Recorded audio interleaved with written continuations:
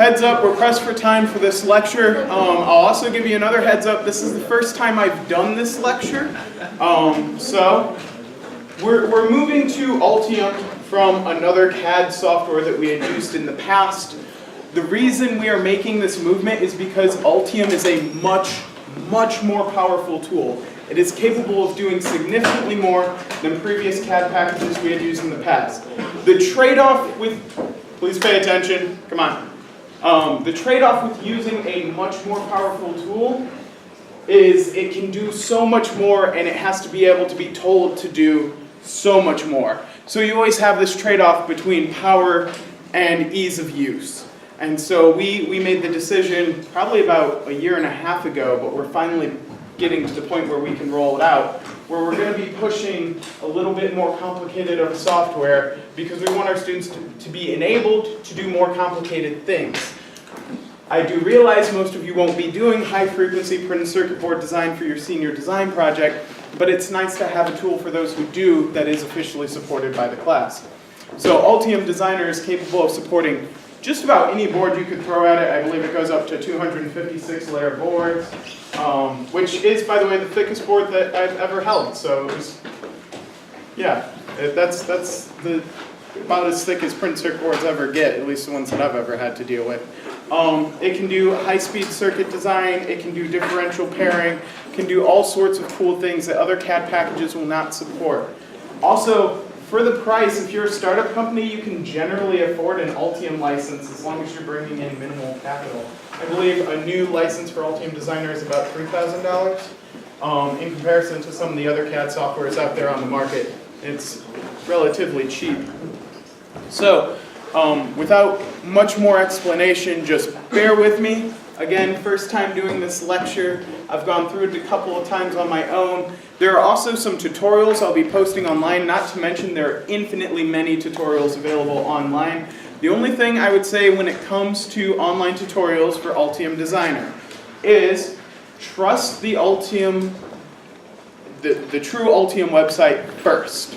Okay, so go to Altium's website or do a Google search that is restricted within Altium's domain, because there are lots of YouTubers out there. There are plenty of other, anybody know Dave from the EEV blog? Raise your hand if you know Dave. We got 2 people in here. Those of you, 3.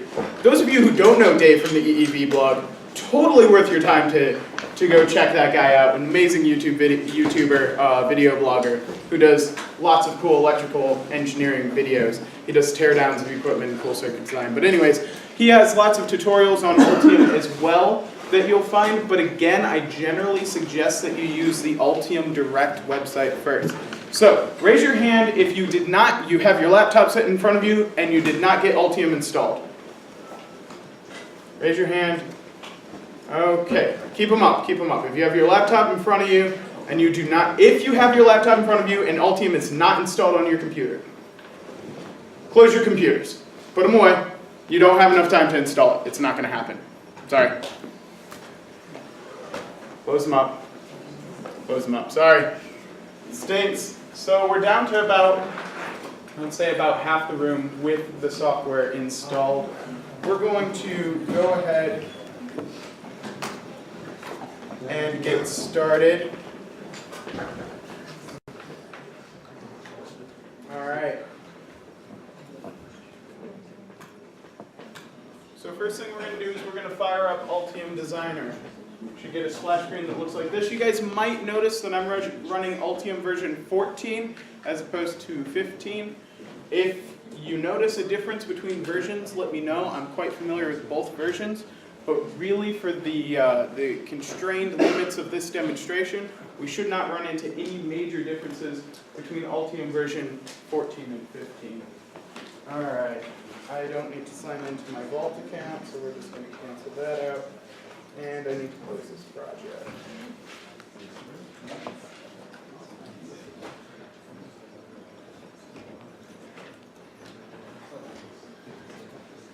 All right. So somebody tell me real quick what steps we go through to design a printed circuit board. I've already covered this in class before, so somebody raise your hand and tell me what's the first thing, what's one of the things we do in the process of designing printed circuit board. Make a schematic. make the schematic. That's generally step one. Designing the circuit is step one, but we're going to start as if making the schematic is step one because that's where the CAD tool gets involved. Okay? What do we do after we make the schematic? You do an ERC. You do an ERC, that's correct. And say we run ERC, ERC is passed, what do we do next? You can simulate, yes, and Altium is capable. It's one of the reasons we moved to Altium. However, we're not going to be covering that in today's demonstration, so it's a good answer. But you don't have to either. Lots of other CAD tools do not support simulation libraries. Altium just happens to. All right, we'll start with that, okay? So we're going to start off creating schematics. So our end goal here, though, is to do what? What do we want at the end of the day? Have a layout? Have a layout, yes, but then that actually gets us a PCB. We want a PCB at the end of the day. So, I actually put it back in my wallet just for you guys, so I hope you're all happy. At the end of the day, we want a physical board we can hold in our hand that has wires on it that we can solder components to and have a circuit. Okay? So this is what we're looking for at the end of the day. With that in mind, first thing we're going to do is file. Oh, hold on one second. I have to start my recording software. There's a lecture software that I have to use. There we go. All right. We're going to go to File, New, Project. A project is a compilation of many different documents in Altium. So you're going to add many different documents into this project. Our end goal is to have a printed circuit board, so we're going to go to File, New, Printed Circuit Board Project. Boom. All right. As soon as you have something in Altium, every time you generate a new document, this is a good rule of thumb, save it immediately before you modify it with nothing in it. So right now I have this thing. It's called PCB Project 1 Project PCB. I want to save this. Save project. The reason you want to save it is for several different reasons. The way saving works in Altium is that it works in a hierarchical system. So if you have a printed circuit board project that you've then added a schematic to, and then added a PCB layout to, and then added fabrication outputs to, it's going to save it in the order of fabrication outputs, printed circuit board layout, schematic, project. Nothing is accessible until the project is saved though. So you really want to make sure that you're saving things as you go along. Okay? So we're going to go ahead and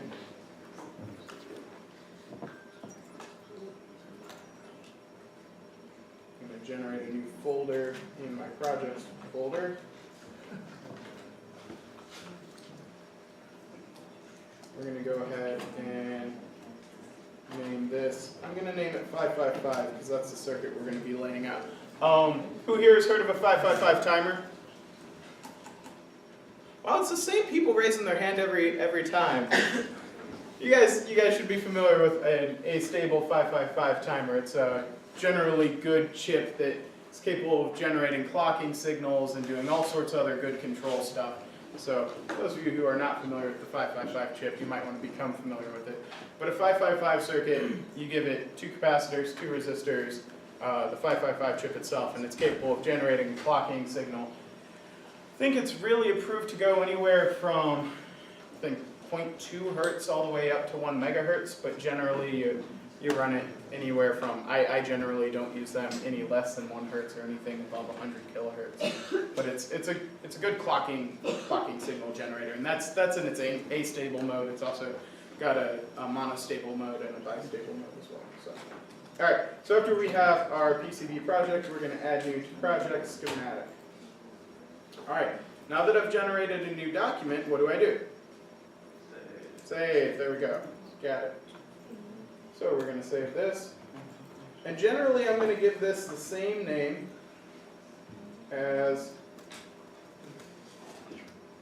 my project. So generally, and this is my general rule, all of the documents inside a project I'll have saved under the same name and title as everything else. So we have a schematic. Now what do we want to do? We want to go ahead and add components. How many of you guys downloaded the Altium 9 libraries? Raise your hand if you downloaded the Altium 9 libraries. Okay. Have you extracted them yet? Okay, go ahead and extract them. That doesn't take too long, so you just want to start doing that now. And then you'll have to move them around your file system in a little bit. That's okay. So we want to add a component. Right here, place part. That's our button. We're going to click place part. Here is a search dialog box. I generally don't use this one. In fact, I'll show you the place where I generally go. I'll go into here. Here you can browse parts by library, and in the browse libraries you can look through very specific parts. It'll give you views of the parts, so one thing I can do here is I can actually zoom around, take a look at this. If I hold shift and right click, I can actually look at it in 3D. So if you're looking at a component and you want to take a look at it, try and get a perspective on what it looks like, all that stuff. So again, oh, and of course you can also zoom is an option. There we go. So if you want to, you can rotate, stuff like that. Anyways, moving on, if we want to find a specific part, we go up here to find. First thing we're going to do, we're going to search in the name field. We're going to change this from equals. Equals is an exact match. We don't want to do that unless you know the exact name of the part that you're looking for. I just want to look for a 555 timer. Okay? So we're going to search name contains 555, and we're going to search. All right.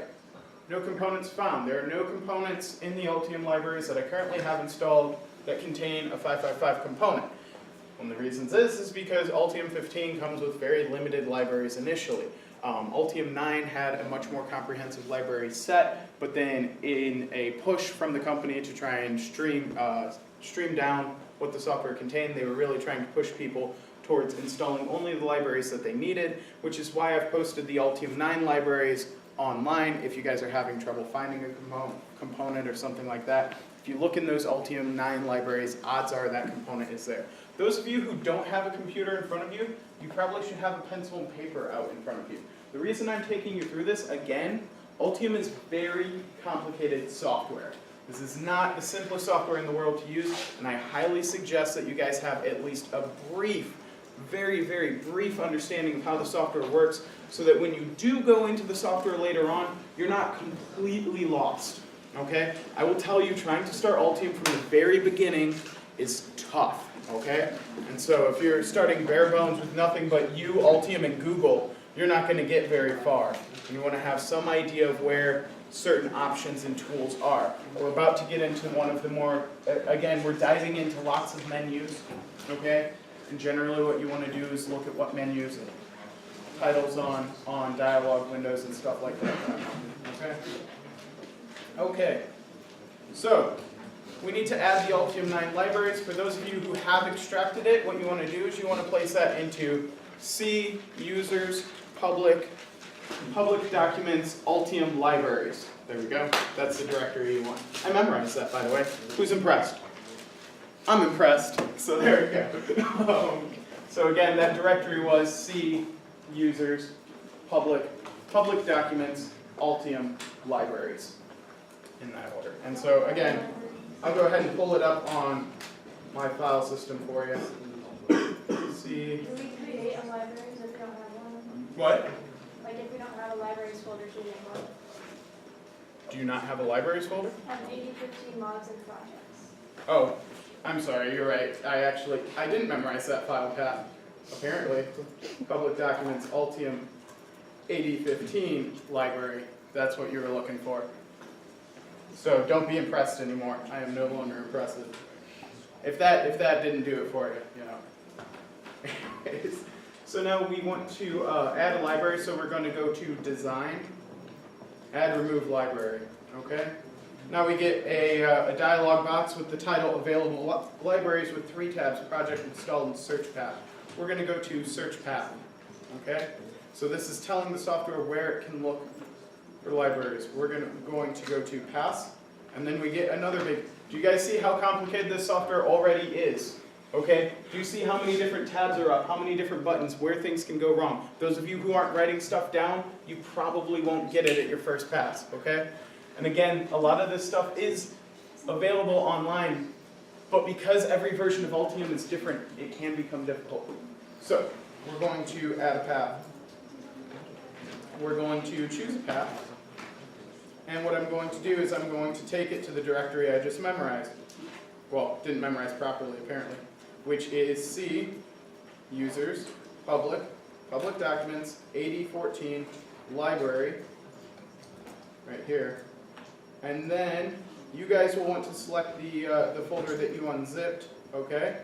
And then within that folder, you will find a folder named Texas Instruments. We're only going to add this one library this one time, okay? If you want to add literally all of the libraries, it takes a significant amount of time, so I'm just not going to do that. I suggest that you not do it as well, or else your computer will lock up for about 10 minutes.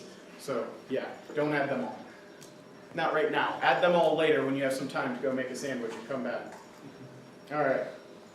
So after we've added this path, we're going to click OK. We're going to click OK. We're going to refresh this list. You'll notice Texas Instruments is now here. Now I'm going to go to Project. Okay? I switched tabs. I did not close the window. I'm now in the Project tab. We're going to add a library to this project. Now what I'm going to do is I am going to select all the libraries that Texas Instruments open. Now I'm going to click Open. My computer's going to lock up for about a minute. Okay? This is going to take a second while I do. I'm going to go ahead. Oh, wow, that went way faster than it did earlier. So normally this takes a little bit longer, but that's okay. We've now added these libraries to the project. Perfect. So we're going to close this window, and now we're going to follow the path that we did before. We're going to add a part. Choose a part. This is taking a moment because it's now pulling the libraries for the first time ever. We're going to find a part, and we're going to execute the exact same search we did before. Search. Boom, we have lots of parts that match 555. And there are a bunch of 555 chips out there. Which one do we want? Well, I don't know, Todd. How do we figure that out? Well, what we do is we want to use our engineering intuition. Okay? So, a little bit of, you should, hopefully, have a part in hand. You should know approximately what it looks like. You should know how many pins it has, and you should have a rough idea of its function. Okay? So, what I'm going to do here is this, right here in the schematic view, the one that I'm hovering over with my mouse, these are the proper pinouts for 555. However, if I go down here and I look at this, that is a surface mount component, okay? That has no holes in the board. I would have no way of sticking a component into the board if I were to actually place this, okay? Now we're at the schematic portion, but you already have to be thinking a little bit about the printed circuit board layout, okay? So this is not the chip I want. This is a surface mount version. We're going to go here. Well, now what's this? This looks like a very similar chip, but again, this is a surface mount chip with many more pins than what I'm interested in. So a general 555 will look a little bit like this. It has 8 pins. Now in this case, you're not looking at the component, you're just looking at what it's going to put on the printed circuit board. So it has 8 holes into a board. This is the component I want to lay down in my circuit. Alright, so I click OK, OK, and now going to place my component. So, now that I have my component, this is the heart of my circuit. Okay, now I realize your circuits will have many more components in it. Problem is I don't have enough time to lay out an entire, fully designed circuit, so we're just going to be doing this one thing. But you would want to place the rest of your chips right now, okay? So all of your major ICs, make sure that you place them at this point. Alright, now we're going to add power. We're going to add ground. Now notice again, this is following my directives in lecture. You want power at the top, ground at the bottom. You generally want to go from higher voltage to lower voltage. Alright. Now, we're going to develop the rest of our circuit. You can grab general passives from this right here, drop-down dialog box. So you can add resistors and capacitors and gates or gates. The only thing is that you want to be careful of what packages they're adding. You can also go back into place parts and try and find a capacitor that matches exactly the capacitor that you're using. The choice is entirely up to you. Altium does have a footprint manager so that if you did place a component that symbolically looks correct, but then it doesn't match the holes or the the package on the printed circuit board that you were hoping for, you can actually go back and retroactively change that. We won't be covering that here today, but you should be aware that it's possible. All right, so I'm going to add a couple of resistors.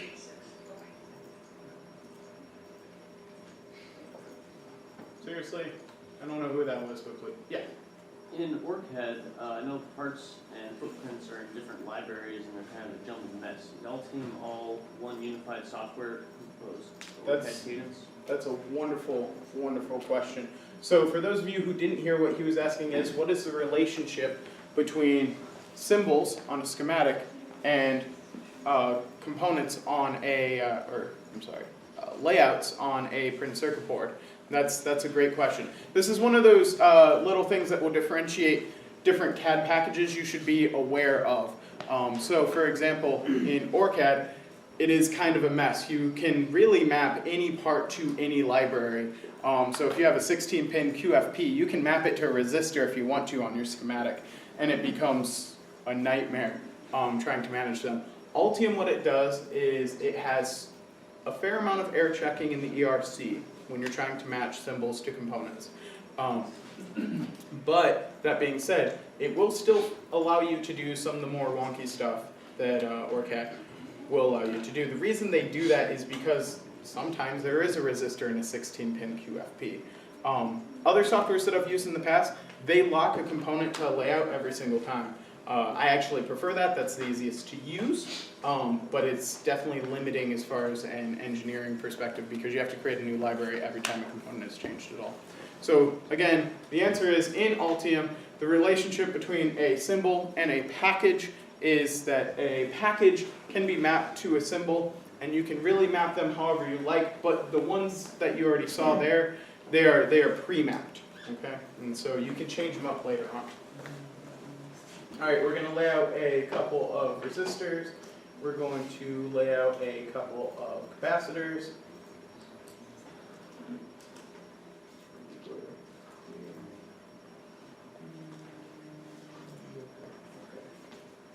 All right, now we want to go ahead and wire this up. A general 555 A-stable circuit.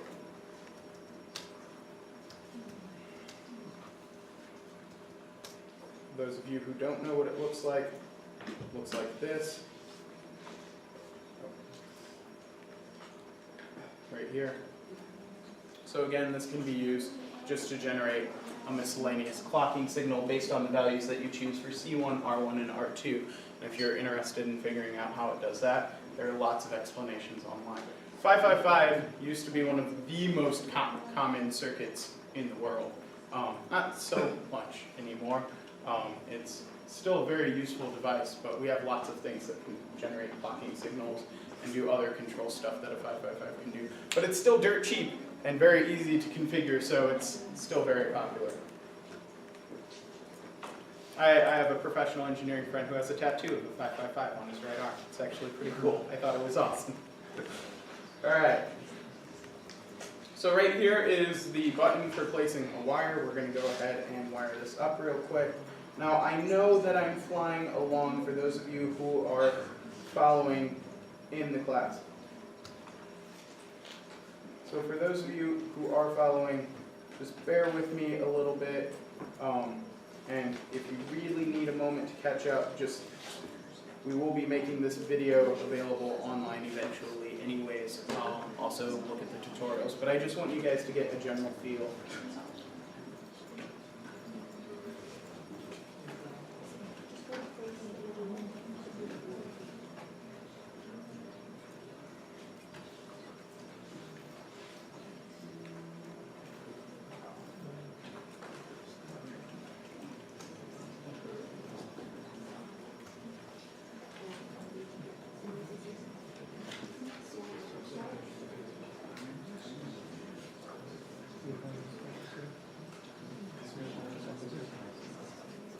So here the way I'm changing the wire bend is hitting space while actually routing the trace, just so you're aware.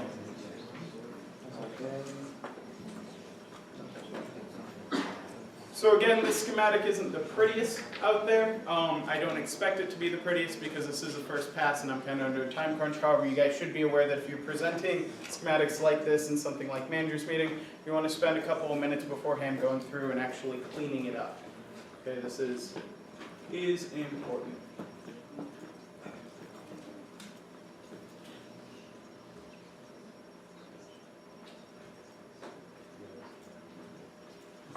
All right. Now, if my memory serves me correct, this is the proper pinout for a 555 A-stable circuit, but if it's not. Okay, so if I were ready to take this to a printed circuit board, who could tell me what's missing? Anybody got an idea? Power and ground. Power and ground isn't coming into this board yet. You guys might say, well, what about that VCC symbol and that GND symbol right there? Well, the problem with that VCC symbol and that GND symbol right there is that they don't have any physical layout on the printed circuit board. They don't go to any physical items on the board. So what we need to do is we need to add headers. Anybody know the other component that's missing from this board? It's actually right along the same lines as power and ground. It's the fact that the output isn't mapped to a header. So output right now is a pin that's just floating. It doesn't actually go anywhere yet. So we're going to go ahead and fix that real quick. We're going to place another component. What component do we need? We're going to choose. Now in this case, I'm actually just going to pull it directly. I'm going to show you another way to choose a component. Okay? If you know exactly where it's at, or you find somebody online talking about where the component you're looking for is at, what you can do is I'm going to go to miscellaneous connectors. And I want a component named header 2. Here, and so this component looks something like this. It's just 2 holes in a board that we can solder headers into. So we're going to go ahead and place that.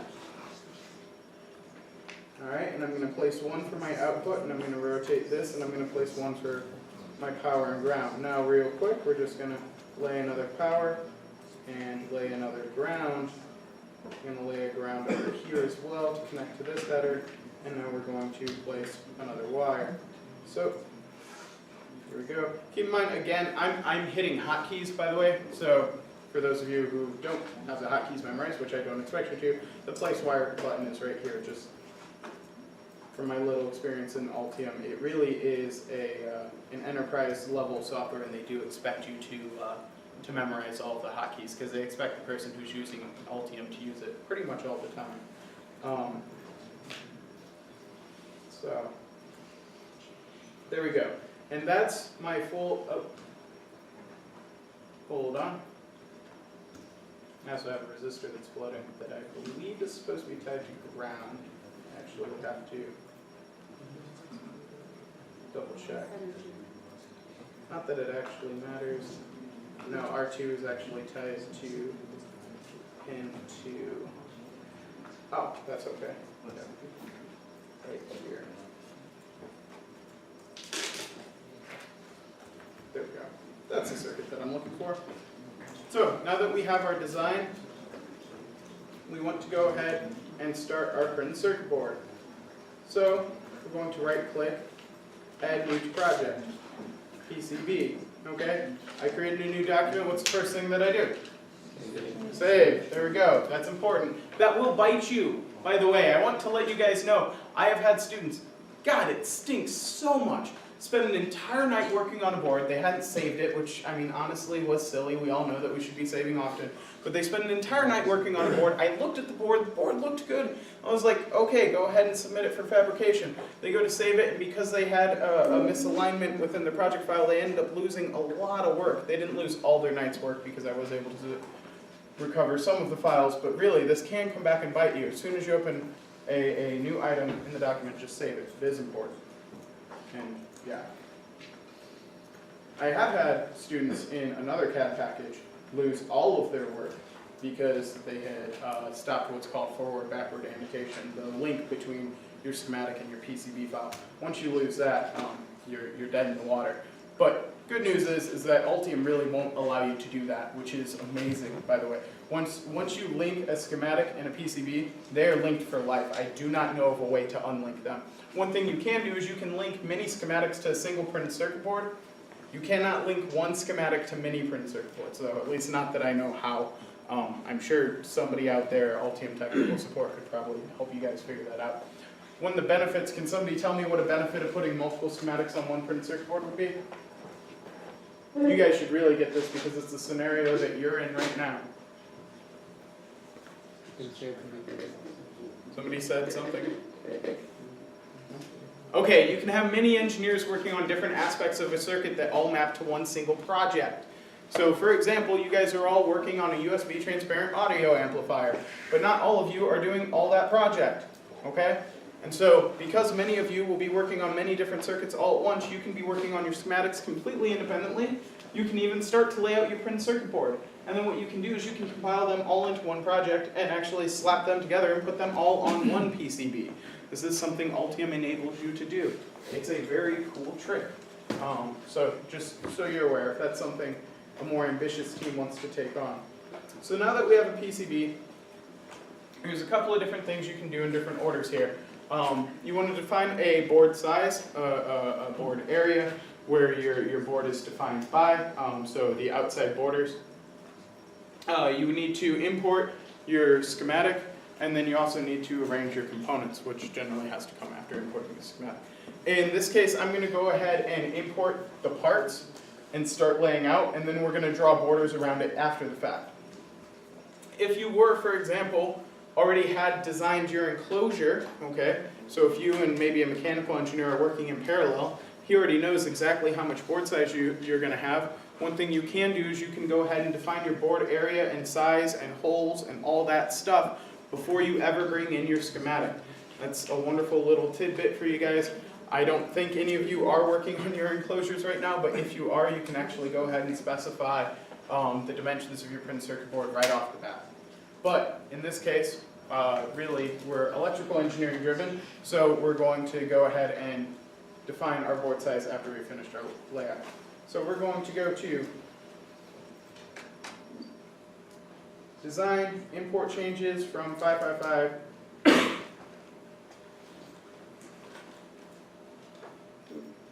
There we go. So it's going to ask us to validate changes. This is called an engineering change order. Anybody hear this term before? Raise your hand. One person. For those of you who have done internships or have worked for larger companies, at least in my limited experience, you'll have to issue an ECO, any engineering change order. You have to issue an ECO anytime you want to make a change to design at all. Okay? It could be a software change, it could be a hardware change. But ECOs are generally how you track projects over long periods of time. So if you have a legacy circuit that's lasted, 20 years, you can actually start from the original incarnation of the circuit, follow all the ECOs, and you actually get basically subversion control, but in hardware. It's a very useful thing. Altium will track all of your ECOs for you, just so you're aware. Validate changes, execute changes. It's actually going to execute, and we're going to close our ECO. Now, over here, it's added in all of my components, okay? So this is what my circuit's going to look like. Now what we need to do is we want to move that around on the PCB. One thing I'm going to do, I highly suggest you guys do, there are different schools of thought here, but I like to work with printed circuit board, CAD softwares within a known grid, okay? What a grid is the different increments between what your mouse will allow you to move things. The reason you want to stick to a known grid, in my opinion, is, and again, there are differing opinions here, is that it makes layout easier later on. So if everything is on a specific known grid, so for example, if all pins are within 0.1 inch of each other, they're always some increment of 0.1 inch from each other, then when you're laying out your traces, you can spend a little bit of time and a little bit of forethought and plan out where you're going to lay things out. On simple circuits, this generally isn't a problem, but on much more complicated circuits, and I have had to do, unfortunately, complicated circuits on a printed circuit board, when you're laying out things like data buses or many parallel paths simultaneously, it's good to have an idea of how many different traces you can slip between two different areas. So one thing I'm going to do, and you should be aware of, is I'm going to change my grid. So in Altium, my grid button is right here. Oh wow. How do I change my grid? Generally, it's right here. But I think because my screen resolution has dropped, it's actually taken the button off. That's okay, we'll work without a known grid. Oh wait, I just saw it, there we go, grid manager. Aha. Okay. So now what I'm gonna do is I'm gonna change my X grid step to 50 mils instead of the standard 5 mils. You'll notice, by the way, right here, you guys can now see white lines. What was that under? That was under Tools, Grid Manager. Then I double click this guy right here, just the blue bar, and then I change my X step to 50 mils, which is half of a tenth of an inch. Okay. Half of 100th of an inch, sorry. Okay, I'm going to quickly grab these guys. I'm going to drag them over to this black grid-like area. This black grid-like area is actually our printed circuit board borders right now, and it's infinitely, well, it's not infinitely big. They give you a predefined size. Later on, you can go back and change this, and that's what we're going to do. So we're going to go here, and we're going to place first our 555 circuit. So I'm going to click it, I'm going to drag it, and I'm hitting space to rotate it. And I'm going to grab this. I want you guys to notice, by the way, I'm going to click this red box and I'm going to delete it. I want you to notice the little white lines that are drawing between points while they're on here. So grab the power connector. As I'm clicking and dragging, you notice those white lines keep changing what positions they're connected to. So for example, the square on this connector is right now connected to pin 4, but when I drag it up here, it connects itself to pin 8. Yeah. However, what it's doing is it's drawing the two closest points that it's going to be connected to.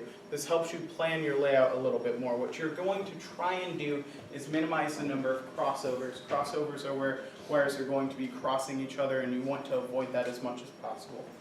This is something you really develop from experience, but we'll get to more of that later on. Okay. I think I'm going to place this component right here. I'm going to switch back to my schematic.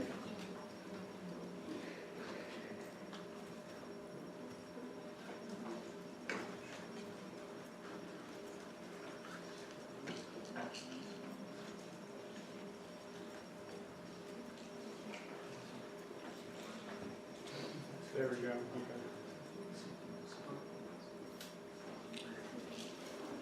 Just had to check something. Okay. So we're going to continue to move the rest of our components over here. So again, looking at these little white lines, what it's doing is it's telling you where's the closest point these guys are going to be connected. We're going to grab our last connector right over here. I'm going to move this over here. All right. So again, you want to try and keep this relatively tight, okay?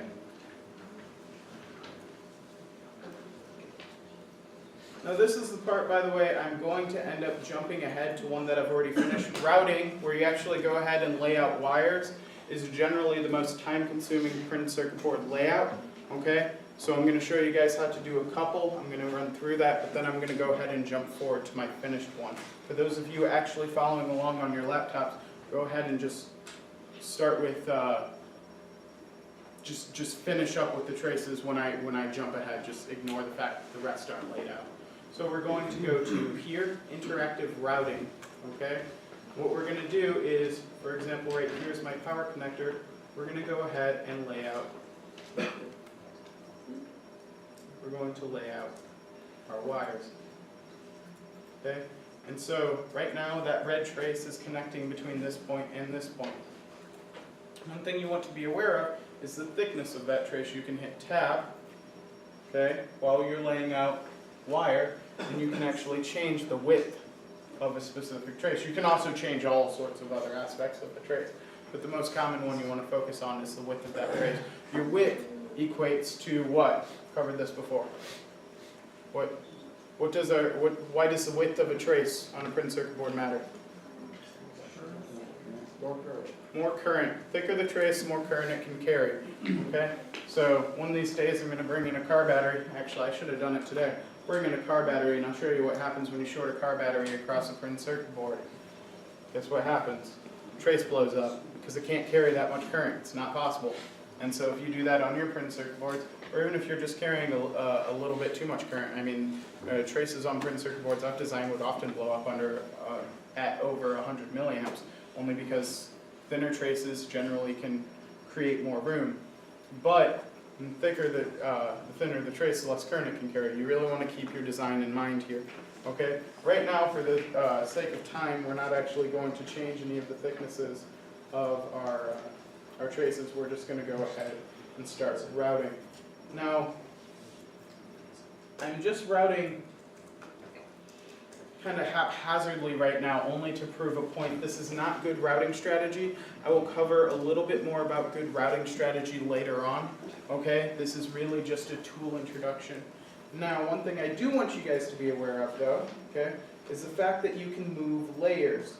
So right now, all of our traces are in red. What red means right here at the bottom is, I'm sorry, I should actually be doing this on the laptop. Right here on the bottom means top layer, blue means bottom layer, and then there are a bunch of other layers. But top and bottom are your copper layers. They are special, okay? So right now, if I wanted to route this trace,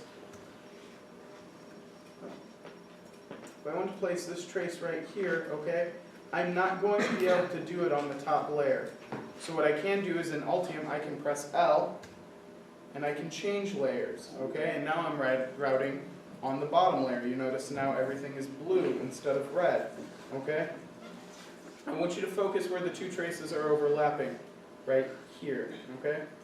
Because I'm currently routing on the blue layer, okay, the blue trace appears on top. If I switch back to the red layer, the red trace will appear on top. When you get, your boards will have blue and red crossovers, I promise you that. You will need to jumper between different layers.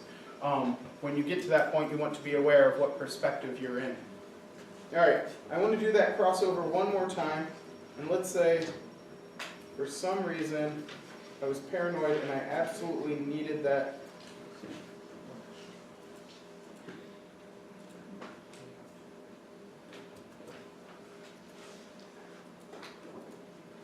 I needed that trace to start on the top layer.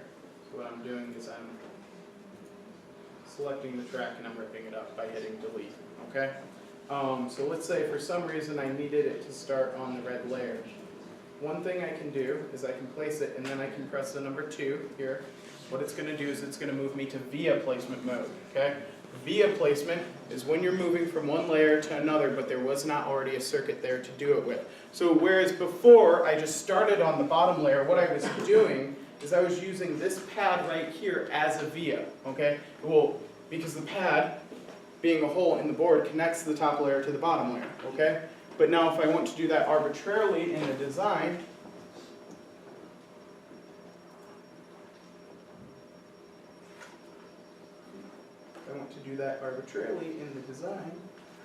escape, there we go. So I want to go here, I'm going to press 2, I'm going to go down here and I'm going to place a via, okay? Now what I can do is I can press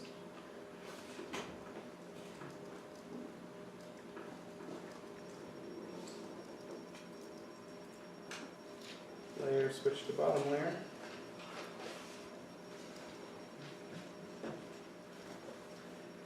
If I can get the software to play nice.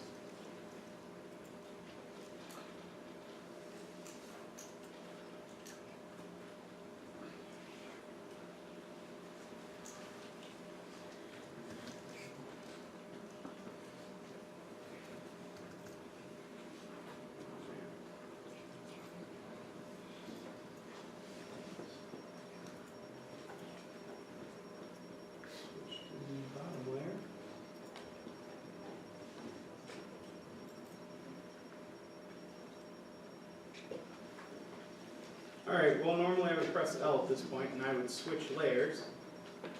Why it's not working, to be honest. Oh, hey, there we go. Okay, well, I'm on the bottom layer now, and now I've connected vias from 2 different points. Okay, so you can see what I've done here is if we follow this trace, I'm on the top layer. Now I can't cross over at this point because I would end up shorting 2 wires on the red layer. So instead what I do is I place a via by pressing 2. I move to the bottom layer because that via creates a hole physically in the board. Actually, this is easier with a demonstration piece, which I happen to have on hand. So we'll do that real quick.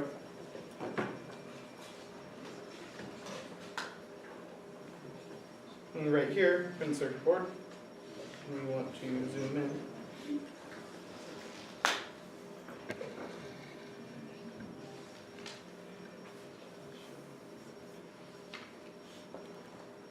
And autofocus. So if we look here, we're following this trace. I need something to help with. Use my keys. Okay. So if we're following this trace right here that bends out and comes down, everybody see that real quick? Right below, bottom right of that resistor pad, you notice there's just a hole there, no components plugging into it. Everybody see that? Shake your head yes. Okay, that's a via. Now if I go ahead and I flip this board over, like that, okay, that plugs into this hole right here. Okay, and that trace finishes up and goes over to this point. The reason I did that is because for some reason I couldn't cross over another junction somewhere. For example, this trace right here where it's crossing over diagonally. Okay, I couldn't cross over that point, so I jumped to the bottom layer and I actually connected them. So now what I've essentially done is I have connected this top pad, or this pad right here, okay, at the tip of my keys. Follow that down, and then underneath this board, it crosses over diagonally and connects right here. Now one thing I could have done is I could have wrapped it around and tried to squeeze it in right there, but I felt much more comfortable with the software that I was using, just switching sides. Everybody see what I'm doing essentially? Moving between layers? Okay, this is a concept you need to be very familiar with before you attempt printed circuit board design. This idea of layering, how to move between layers and what's important. One thing you do want to keep in mind is that all of the pads for your through-hole components can also be used as vias. So for example, I've got this dip here labeled IC3. I can use one of its pads to jump between layers without having to place a via. Vias take up additional room than a standard trace, so you want to try and avoid them. I was afraid we were going to run out of time. There will be a tutorial posted online that I derived this lecture from.